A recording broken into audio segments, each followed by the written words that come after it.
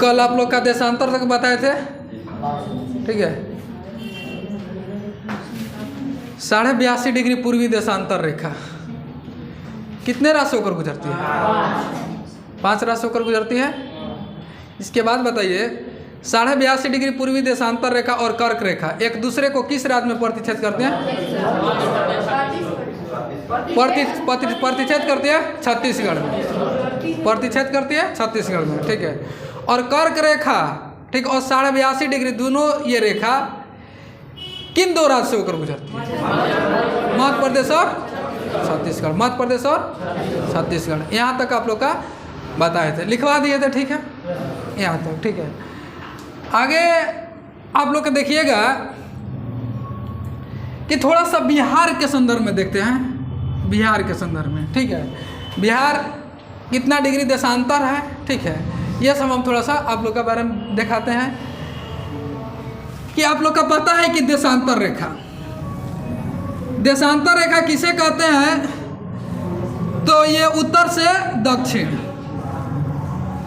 ठीक है। और ये 0 डिग्री देशांतर जो ये रेखा है ये भी पृथ्वी के 2 बराबर भाग में बांटती है, पूरब और पश्चिम। और देशांतर रेखा की संख्या जितना है 360, ठीक है, 360। ये देशांतर रेखा गोल है, ठीक है, गोल है। अब देखिए पृथ्वी, ठीक है, पृथ्वी भी हम लोग का जो है बाबू, पृथ्वी ये भी लगभग ये गोलाकार आकार के है, गोलाकार के है, ठीक है। पृथ्वी भी जो हम लोग का है ये गोलाकार है, गोलाकार है। और एक संदर्भ में देखिएगा जो ये वृत्त, मान के चलिए पृथ्वी जो हम लोग का एक वृत्त का आकार के है, वृत्त के आकार के है। और जो ये बाबू जो ये वृत्त होता है, वृत्त कितने डिग्री का एंगल बनाती है? 360 डिग्री का। कितने डिग्री का एंगल बनाती है? 360 डिग्री का एंगल बनाती है, 360 डिग्री का ये एंगल बनाती है, ठीक है। वही जो ये पृथ्वी है, पृथ्वी भी जो ये अपना एंगल जो ये बनाती है कितना डिग्री का? 360 डिग्री। कितना? 360 डिग्री, 300 कितना? 60 डिग्री। और पृथ्वी देखिए, पृथ्वी जब ये अपने अक्ष पर, पृथ्वी अपने अक्ष पर लगभग 24 घंटा में घूम जाती है। पृथ्वी अपने अक्ष पर लगभग ये 24 घंटा में घूम जाती है। 23 घंटा 56 मिनट 4 सेकेंड, लगभग में 24 घंटा, लगभग में 24 घंटा, मतलब कि 24 घंटा में ये 360 डिग्री घूम लेती है, 360 डिग्री घूम लेती है।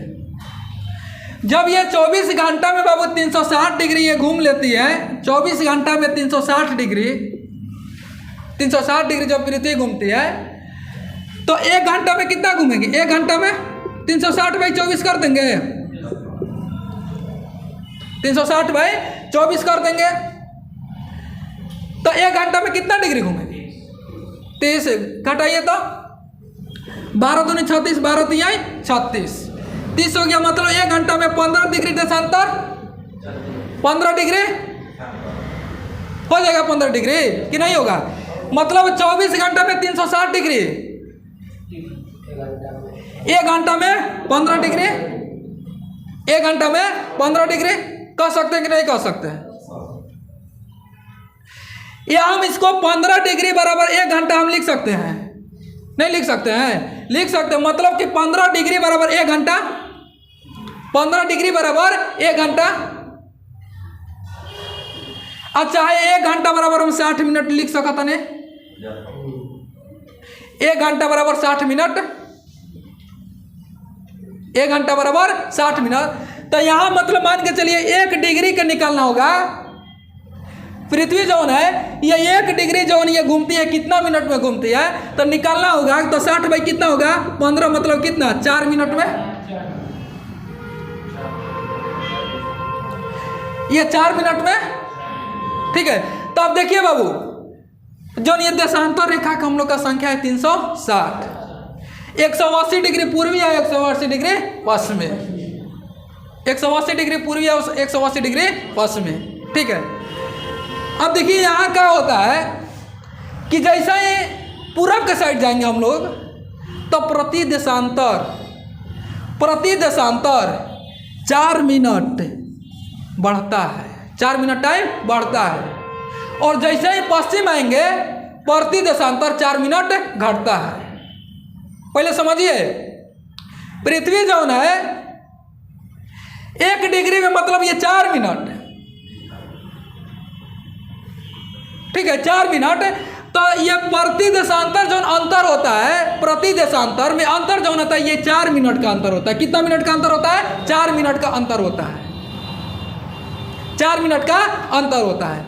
अब यहाँ देखिए, यहीं से आप लोग को पता है, ये भी पता है कि 0 डिग्री देशांतर रेखा से किसी भी देश का मतलब समय का ज्ञात किया जाता है, समय ज्ञात किया जाता है, ठीक है।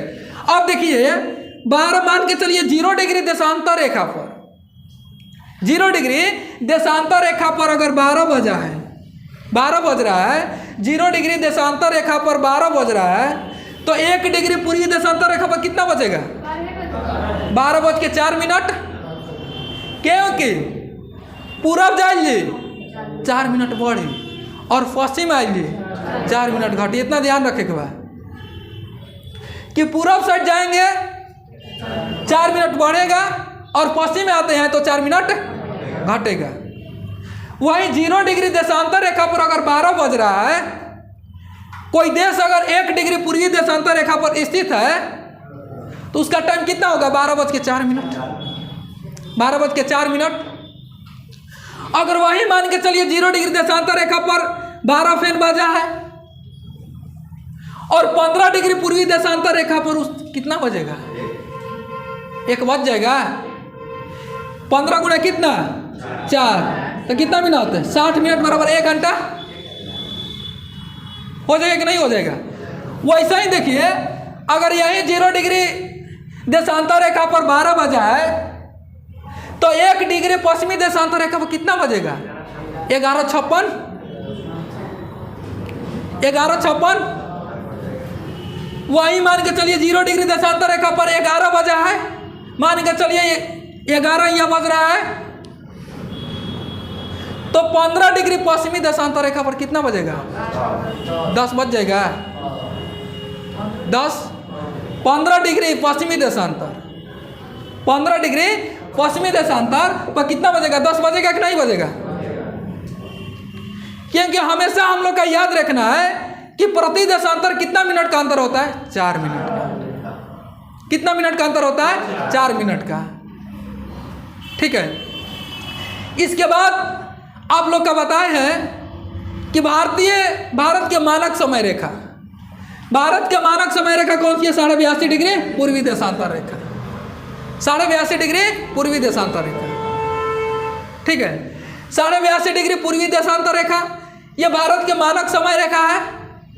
वैसे ही मान के चलिए जब ये 15 डिग्री पूर्वी देशांतर रेखा पर मान के चलिए 0 डिग्री देशांतर रेखा पर 12 बज रहा है तो 15 डिग्री पूर्वी देशांतर पर 1 बजेगा, 30 डिग्री पर 2 बजेगा, बजेगा नहीं बजेगा?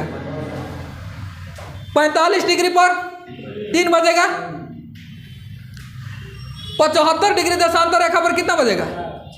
4 बजेगा, 5 बजेगा, हाँ 5 बजेगा। 75 डिग्री पर 5 बज जाएगा आपको, ठीक। अब सुनिए बाबू, जब 15 डिग्री देशांतर बराबर 1 घंटा, 15 डिग्री देशांतर बराबर 1 घंटा, तो 7.5 डिग्री देशांतर बराबर आधा घंटा होगा, आधा घंटा। तो 82.5 डिग्री पूर्वी देशांतर रेखा अगर 0 डिग्री देशांतर रेखा पर 12 बज रहा है तो 82.5 डिग्री पूर्वी देशांतर रेखा पर 5:30 बज जाएगा। 5:30 बजेगा कि नहीं बजेगा? 82.5 डिग्री पूर्वी देशांतर रेखा पर 5:30 बजेगा। अब देखिए भारत के जो हम लोग की ये मानक समय रेखा है और ये 0 डिग्री देशांतर रेखा, 0 डिग्री देशांतर रेखा को प्रधान महायान रेखा बोला जाता है, यामोत्तर रेखा, GMT ग्रीनविच मीन टाइम। सुनिए, 0 डिग्री देशांतर रेखा को प्रधान महायान रेखा, यामोत्तर रेखा, GMT Greenwich mean time, Greenwich mean time. ठीक है, तब देखिए 0 डिग्री देशांतर रेखा से 82.5 डिग्री जो ये पूर्वी देशांतर रेखा हम लोग का है, ये कितना घंटा आगे है? 5.5 घंटा। कितना घंटा आगे है? 5.5 घंटा। अगर 0 डिग्री देशांतर रेखा पर हम लोग का 12 बज रहा है, 12 बज रहा है, तो 82.5 डिग्री पूर्वी देशांतर रेखा पर कितना बजेगा? 5.5 बजेगा। वहीं आप लोग का पता है कि लंदन वाला देखते हैं मैच, जब देखते हैं GMT जोन हम लोग का है, ग्रीनविच जोन ये मीन टाइम है। ग्रीनविच मीन टाइम से 82.5 डिग्री जोन ये भारत के मानक समय रेखा, ये 5.5 घंटा आगे है। 5.5 घंटा आगे है। कितना घंटा आगे है? 5.5 घंटा आगे है। ठीक है, तो 0 डिग्री देशांतर रेखा पर अगर 12 बज रहा है, ठीक है, और यहाँ मतलब मान के चलिए 11 यहाँ कब बजेगा? पश्चिमी देशांतर पर 11 कब बजेगा? मतलब कि 0 डिग्री देशांतर रेखा पर मान के चलिए 12 बज रहा है, तो 15 डिग्री पश्चिमी देशांतर पर 11 बज जाएगा। बजेगा कि नहीं बजेगा? तो यह सब अभी ध्यान रखिएगा कि जो मान के चलिए पृथ्वी जो हम कहा है, ये 24 घंटा में एक चक्कर काटती है। 24 घंटा में एक चक्कर घूम लेती है, 360 डिग्री घूम लेती है। ठीक है, और 1 डिग्री घूमने में कितना मिनट का टाइम? 4 मिनट का टाइम। और याद रखना है कि प्रति देशांतर कितना मिनट का अंतर होता है? तो 4 मिनट का अंतर होता है। और पूरब के साइड जाते हैं तो 4 मिनट टाइम बढ़ता है, और पश्चिम के टाइम आते हैं तो 4 मिनट। किसी भी देश का अगर समय निकलना होगा तो ऐसे ही निकलना होगा। इसके बाद देखिएगा कि जो ये 82.5 डिग्री पूर्वी जो ये देशांतर रेखा हम लोग का है, 82.5 डिग्री पूर्वी देशांतर रेखा है। ठीक है, ये मतलब 5 राशि होकर गुजरती है। आप लोग का बताए थे 5 राशि होकर गुजरती है। और 5 राज्य कौन कौन है आप लोग को बताए? मध्य प्रदेश, उत्तर प्रदेश, आंध्र प्रदेश, उड़ीसा और छत्तीसगढ़। उड़ीसा और छत्तीसगढ़। ठीक है, अब देखिए 82.5 डिग्री ये पूर्वी देशांतर रेखा मान के चलिए 5 राज्य से गुजर रही है। 5 राज्य से गुजर रही है छत्तीसगढ़। ठीक है, और बिहार देखिएगा 82.5 डिग्री पूर्वी देशांतर रेखा, 82.5 डिग्री पूर्वी देशांतर रेखा। तो 82.5 डिग्री पूर्वी देशांतर रेखा के पूरब में हम लोग का बिहार स्थित है। कहाँ स्थित है? पूरब में स्थित है। 82.5 डिग्री पूर्वी देशांतर जो ये रेखा, ये 5 राशि हम लोग का गुजर रही है। और 82.5 डिग्री पूर्वी देशांतर जो ये रेखा है, जो हम लोग का बिहार जो स्थित है, इस पूरब में स्थित है। कहाँ स्थित है? पूरब में साइड में है। तो अब बताइए, जब बिहार जो हम लोग का है ये 82.5 डिग्री पूर्वी देशांतर रेखा के पूरब में स्थित है, 82.5 डिग्री देशांतर रेखा के पूरब में स्थित है, तो बिहार के टाइम घटेगा कि बढ़ेगा? क्या होगा? बढ़ेगा कि नहीं बढ़ेगा?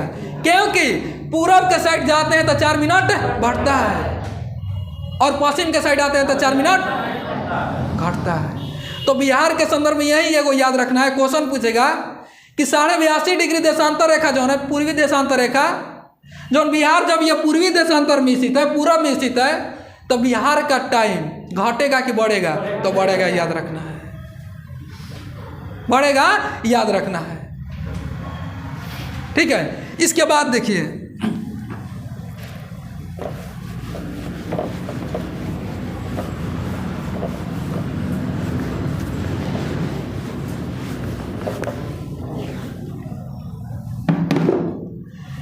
इसके बाद बाबू देखिए, आप लोग का ये कल भी बताए थे कि भारत के जो हम लोग का उत्तरी बिंदु है इंदिरा कौल है। कल बताए थे भारत के जो हम लोग का उत्तरी बिंदु है इंदिरा कौल है। भारत के उत्तरी बिंदु इंदिरा कौल है, दक्षिणतम बिंदु इंदिरा पॉइंट है। इंदिरा पॉइंट है दक्षिणतम बिंदु ठीक है। इसके बाद पूर्वी बिंदु जो है किबुत या वालांगू है, किबुत या वालांगू है, किबुत या वालांगू है पूर्वी बिंदु। और पश्चिमी बिंदु ये सरक्रिक, सरक्रिक या गुहार मोती है, सरक्रिक या गुहार मोती है। तो भारत के उत्तरी बिंदु इंदिरा कौल, उत्तरी बिंदु इंदिरा कौल, दक्षिणतम बिंदु इंदिरा पॉइंट, ठीक है। और पश्चिमी बिंदु सरक्रिक या गुहार मोती है। और पूर्वी बिंदु जो है ये किबुत और वालांगू है। इंदिरा कौल ये भारत के किस राज्य में स्थित है? लद्दाख में स्थित है, लद्दाख में स्थित है। इंदिरा पॉइंट अंडमान निकोबार में स्थित है, अंडमान निकोबार में ये स्थित है इंदिरा पॉइंट, अंडमान निकोबार में इंदिरा पॉइंट है। ये गुजरात में स्थित है। और ये जो है अरुणाचल प्रदेश में स्थित है, ये जो है अरुणाचल प्रदेश में स्थित है, ठीक है। इसके बाद देखिएगा जो ये इंदिरा पॉइंट जो है, इंदिरा पॉइंट का अन्य नाम देखिएगा पार्सन पॉइंट। इसको पार्सन पॉइंट के नाम से जाना जाता है, जैसे किबुत और वालांगू है, ठीक है ना। वैसे ही पार्सन पॉइंट या पिगमिलियन पॉइंट, पिगमिलियन पॉइंट इसको नाम से जाना जाता है। मतलब कि इंदिरा पॉइंट का अन्य नाम है पार्सन पॉइंट और पिगमिलियन पॉइंट, पार्सन पॉइंट और पिगमिलियन पॉइंट। तो जो नहीं है बाबू, भारत का उत्तरी बिंदु इंदिरा कौल, दक्षिणतम बिंदु इंदिरा पॉइंट, पश्चिम बिंदु सरक्रिक या गुहार मोती, किबुत और यह पूर्वी बिंदु किबुत और वालांगू। इसके बाद देखिएगा भारत के मुख्य भूमि का दक्षिणतम बिंदु, भारत के मुख्य भूमि का दक्षिणतम बिंदु यहाँ स्थित है कन्याकुमारी। क्या स्थित है? कन्याकुमारी। और कन्याकुमारी में एक जगह है केप कोमोरिन, केप केमोरिन है, केप केमोरिन। कन्याकुमारी में एक जगह है केप केमोरिन, कन्याकुमारी में एक जगह है केप कोमोरिन। अगर सुनिए मुख्य भूमि से दक्षिणतम बिंदु अगर कन्याकुमारी ऑप्शन में रहेगा तो ठीक है, अगर नहीं लिखेगा तो हाई लिखेगा जरूर केप कोमोरिन, ठीक है। तो मुख्य भूमि का दक्षिणतम बिंदु यह हुआ। और यह भारत के किस राज्य में है? तमिलनाडु में है, भारत के किस राज्य में है? तमिलनाडु में है। अब देखिए बाबू, जो ये केप कोमोरिन है चाहे कन्याकुमारी, केप कोमोरिन जो है ये देखिएगा कितना डिग्री अक्षांश रेखा पर स्थित है? तो 8 डिग्री 4 मिनट, 8 डिग्री 4 मिनट उत्तरी अक्षांश रेखा, 8 डिग्री 4 मिनट उत्तरी अक्षांश रेखा। और इंदिरा कौल ये जो उत्तरी बिंदु है 37 डिग्री 6 मिनट उत्तरी अक्षांश रेखा पर यह स्थित है। इंदिरा कौल जो है 37 डिग्री 6 मिनट ये उत्तरी अक्षांश रेखा पर स्थित है। और कल के थोड़ा सा याद कीजिए कि भारत का आप लोग का बताया कि संपूर्ण अंशांशीय विस्तार बताए है, भारत का संपूर्ण अंशांशीय विस्तार 6 डिग्री 4 मिनट से लेकर 37 डिग्री बताए है। तो देखिए जो ये इंदिरा पॉइंट है, इंदिरा पॉइंट हम लोग का ये ग्रेट निकोबार द्वीप पर स्थित है। किस द्वीप पर स्थित है? ग्रेट निकोबार द्वीप पर स्थित है। और इंदिरा पॉइंट जो स्थित है ये 6 डिग्री 4 मिनट, 6 डिग्री 4 मिनट ये उत्तरी अक्षांश रेखा पर स्थित है।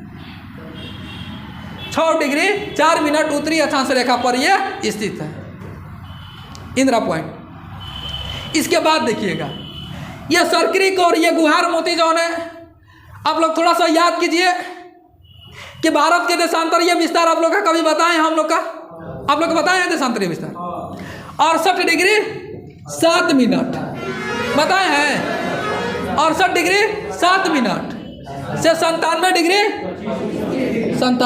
25 मिनट। मतलब कि जो हम लोग का ये पश्चिमी बिंदु सरक्रिक और गुहार मोती जो है ये 68 डिग्री 7 मिनट पूर्वी देशांतर पर स्थित है। समझिए बाबू, सरक्रिक और ये गुहार मोती जो है हम लोग का ये 68 डिग्री 7 मिनट पूर्वी देशांतर पर स्थित है। और वही जो ये किबुत और ये वालांगू जो ये पूर्वी जो हम लोग का बिंदु है 97 डिग्री 25 मिनट।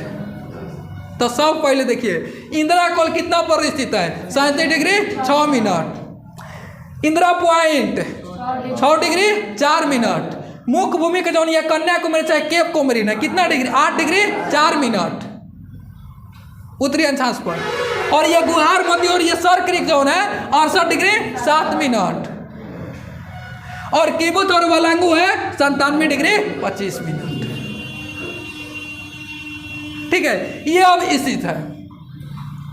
अब 1 मिनट आप लोग बताइए कि 10 और 15 के अंतर कितना होगा? 5 होगा। 10 और 15 का अंतर 5 होगा।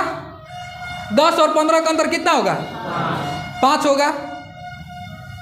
तो ये किबुत वलांगू जो है मतलब ये 97 डिग्री 25 मिनट पर स्थित है। और सरक्रिक और मान के चलिए गुहार मोती जो ये 68 डिग्री 7 मिनट पर स्थित है। ये दोनों का अंतर कितना होगा? लगभग 30। लगभग कितना होगा? 30 होगा। लगभग 30 होगा। तो 1 डिग्री बराबर कितना? 4 मिनट। 1 डिग्री बराबर कितना? 4 मिनट। तो 1 डिग्री बराबर 4 मिनट। तो 30 डिग्री बराबर कितना मिनट है? 120 मिनट मतलब 2 घंटा। मतलब कि कितना? 120 मिनट मतलब कि 2 घंटा। तो भारत के पूर्वी बिंदु और पश्चिमी बिंदु में कितना घंटा का अंतर है? तो 2 घंटा का अंतर है। मतलब कि सुनिए, अरुणाचल प्रदेश पहले सूर्योदय होता है। अरुणाचल प्रदेश में पहले सूर्योदय होता है और बाद में सूर्योदय कहाँ होगा? गुजरात। मतलब कि पहले देखिए यहाँ समझिए 68 डिग्री 7 मिनट 97 डिग्री 25 दोनों का अंतर कितना है? 30 डिग्री। लगभग 30 डिग्री। 1 डिग्री देशांतर बराबर कितना मिनट है? 4 मिनट। तो 30 के कितना? 120। 120 बराबर का घंटा? 2 घंटा। ठीक है नु। तो भारत के पश्चिमी छोर और पूर्वी छोर में कितना घंटा का अंतर है? तो 2 घंटा का अंतर है। कितना घंटा का अंतर है? 2 घंटा के अंतर है। 2 घंटा के अंतर है। ठीक है, इसके बाद ये याद रखिएगा। तो इसके बाद देखिए आप लोग का फिर कल बताए थे कि भारत के जो ये उत्तर और दक्षिण के जितना कुल लंबाई है ये 3200 कितना? 14 किलोमीटर है। 3200 कितना? 14 किलोमीटर है। और पूरा पश्चिम का जो आप लोग का बताए थे 2900 कितना? 2933 किलोमीटर है। तो सबसे ज्यादा लंबाई किसका है? उत्तर दक्षिण क्या? पूरा पश्चिम के तुलना में उत्तर दक्षिण की लंबाई सबसे ज्यादा है? नहीं कह सकते हैं? कह सकते हैं। ठीक है, ये तो आपको हो गया उत्तरी बिंदु, दक्षिणी बिंदु, पूर्वी बिंदु। ठीक है, याद रखना है कि कन्याकुमारी केप कोमरीन ये कितना डिग्री उत्तरी अक्षांश पर स्थित है? तो 8 डिग्री 4 मिनट पर स्थित है। ठीक है, इंदिरा कोल कितना डिग्री पर स्थित है? 37 डिग्री 6 मिनट उत्तरी अक्षांश पर स्थित है। अक्षांश पर स्थित है। गुहारमती असर क्रीक जो है 68 डिग्री 7 मिनट ये देशांतर पूर्वी देशांतर पर स्थित है। किबुत वलांगू जो है ये 97 डिग्री 25 मिनट पूर्वी देशांतर पर यह सब स्थित है। और भारत के दक्षिणतम बिंदु इंदिरा पॉइंट जो है ये भी कितना डिग्री? 6 डिग्री 4 मिनट पर स्थित है। 6 डिग्री 4 मिनट पर स्थित है। ठीक है, और इंदिरा पॉइंट जोन है ये इंदिरा पॉइंट जोन है। ठीक है, ये किस द्वीप पर स्थित है? ग्रेट निकोबार द्वीप पर स्थित है। किस द्वीप पर स्थित है? ग्रेट निकोबार द्वीप पर स्थित है। किस द्वीप पर स्थित है? ग्रेट निकोबार द्वीप पर स्थित है। ठीक है, यहाँ तो कोई क्या दिक्कत होगा तो बोलिएगा, फिर बताएंगे।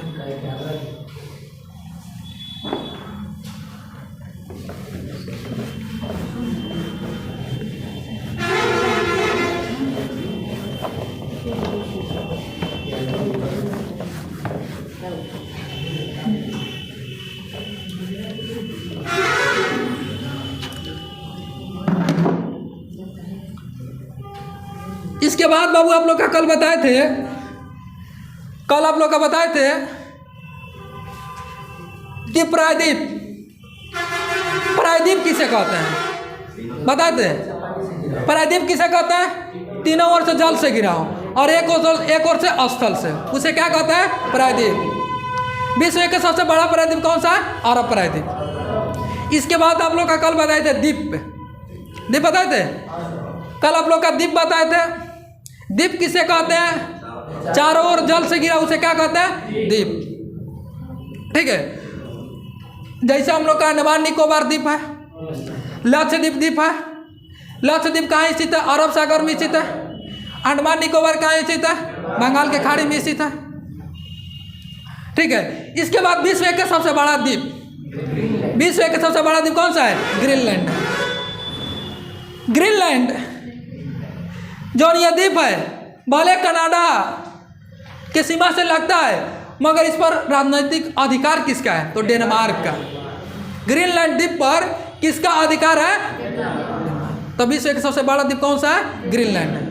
और कल ये भी बताए थे ग्रीनलैंड की राजधानी क्या है? नूक है। नूक।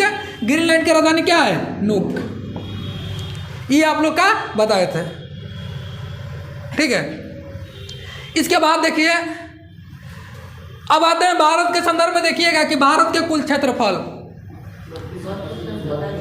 भारत के कुल क्षेत्रफल 32,87,263 वर्ग किलोमीटर भारत के कुल क्षेत्रफल है। भारत के कुल क्षेत्रफल विश्व के कुल क्षेत्रफल का कितना प्रतिशत है? 2.42%। 2.42%। यह विश्व के कुल क्षेत्रफल के भारत का यह क्षेत्रफल है 2.42% है। कितना? 2.42%। इसके बाद देखिएगा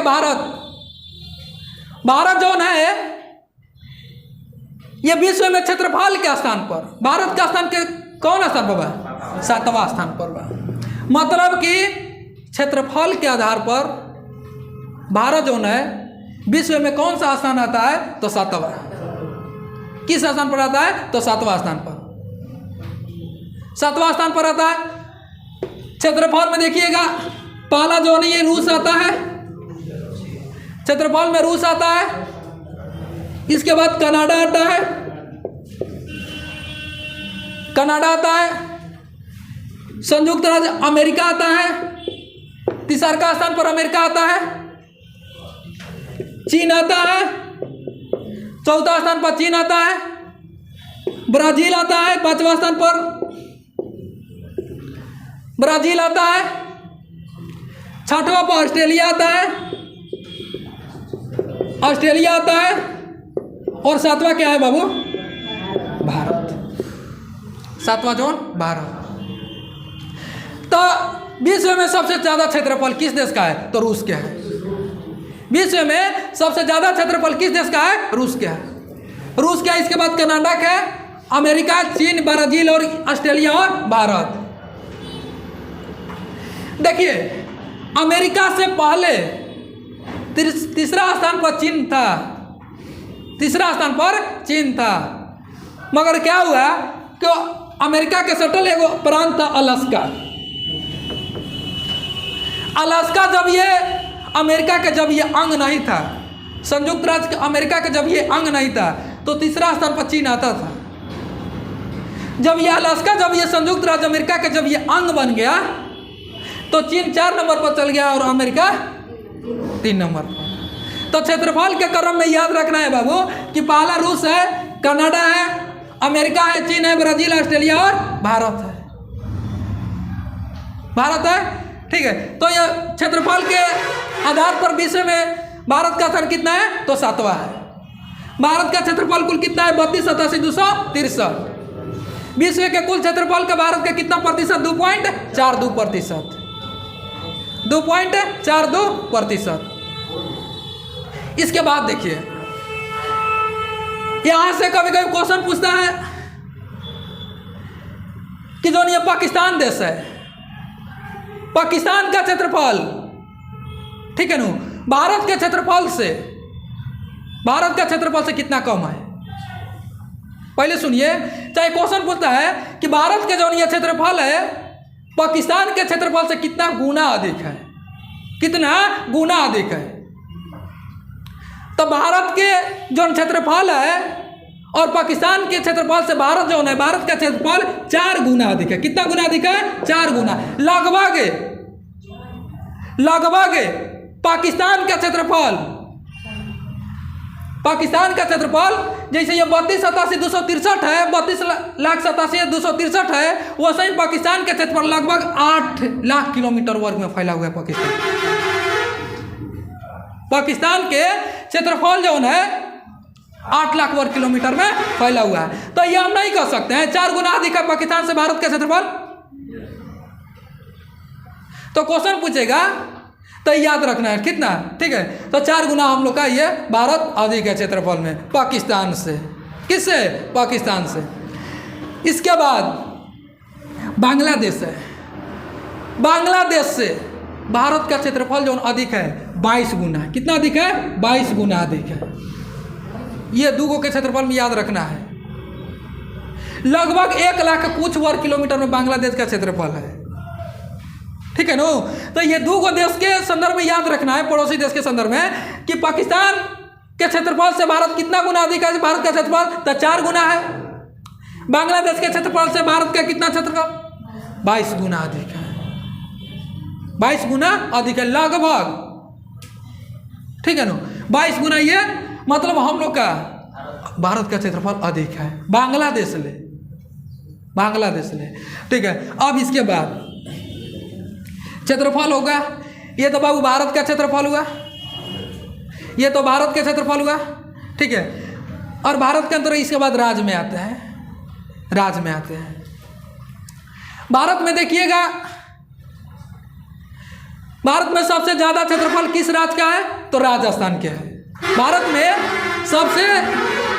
में सबसे ज्यादा जो ये बाबू क्षेत्रफल है किसका है? राजस्थान का। ये राजस्थान का क्षेत्रफल है भारत में सबसे अधिक। और राजस्थान के जो ये क्षेत्रफल है लगभग 3,42,000 किलोमीटर में ये राजस्थान फैला हुआ है। जैसे अभी आप लोग को बताएं हम कि 28 राज्य और 8 केंद्र शासित प्रदेश, ये सब जितना हुआ, ये जितना फैला हुआ है 32,87,263 वर्ग किलोमीटर में फैला हुआ है, जितना राज्य और केंद्र शासित प्रदेश है। वही एक राज्य जो ये राजस्थान है, राजस्थान के जो ये क्षेत्रफल है 3,42,000। 3,42,000। तो भारत में सबसे अधिक क्षेत्रफल किस राज्य के है? तो राजस्थान के है। राजस्थान के सबसे ज्यादा क्षेत्रफल है और सबसे कम क्षेत्रफल किस राज्य के है? तो गोवा के है। 3700 लगभग 3702 वर्ग किलोमीटर में यह फैला हुआ है गोवा। तो सुनिए, क्षेत्रफल में सबसे ज्यादा कौन सा राज्य है? राजस्थान। और सबसे कम क्षेत्रफल किस राज्य के है? गोवा का। गोवा का क्षेत्रफल कितना है? 3702। 3700, कहीं 3700 देगा, कहीं 3702 देगा। ठीक है, तो राजस्थान सबसे क्षेत्रफल में। इसके बाद देखिएगा, राजस्थान के क्षेत्रफल आता है, राजस्थान के बाद आपको एमपी आता है, राजस्थान के बाद एमपी आता है, एमपी के बाद महाराष्ट्र आता है, एमपी के बाद महाराष्ट्र आता है, महाराष्ट्र के बाद यूपी आता है। मतलब कभी क्रम से 4 को पूछ देगा, राज्य को सजाइए क्षेत्रफल के आधार पर, तो राजस्थान, मध्य प्रदेश, महाराष्ट्र और यूपी। ठीक है, अब इसके बारे में बाबू अब समझिए, सबसे ज़्यादा तो हो गया राजस्थान, गोवा का हो गया सबसे कम है। ठीक है, और क्षेत्रफल में बिहार का स्थान कौन नंबर पर है? भारत के क्षेत्रफल में बिहार का स्थान जो है ये 12वां स्थान रखता है। कौन स्थान रखता है? 12वां स्थान रखता है। 12वां स्थान रखता है बिहार जो है, 12वां स्थान है बिहार का स्थान क्षेत्रफल में। और बिहार के जो हम लोग का क्षेत्रफल है, बिहार का क्षेत्रफल देखिएगा, बिहार का जो ये क्षेत्रफल है 94,163 वर्ग किलोमीटर। बिहार का क्षेत्रफल है, बिहार के जो क्षेत्रफल है 94,163 वर्ग किलोमीटर। ठीक है, 67वें बीपीएस में क्वेश्चन पूछा हुआ था, बिहार का क्षेत्रफल कितना था? 94,163 वर्ग किलोमीटर, यह बिहार का क्षेत्रफल है। ठीक है, तो क्षेत्रफल में पूछेगा, क्षेत्रफल में बिहार का कौन सा स्थान है भारत में? तो 12वां। बिहार का क्षेत्रफल कितना है? 94,163 वर्ग किलोमीटर। क्षेत्रफल में पहला स्थान क्यों कौन आता है? राजस्थान। ठीक है। सबसे छोटा क्षेत्रफल किस राज्य का है? गोवा के है। ठीक है। इसके बाद देखिएगा राजस्थान, मध्य प्रदेश, महाराष्ट्र और उत्तर प्रदेश। ठीक है। यह तो क्षेत्रफल में हुआ, ये हम लोग का क्षेत्रफल में हुआ। ठीक है। इसके बाद बाबू देखिएगा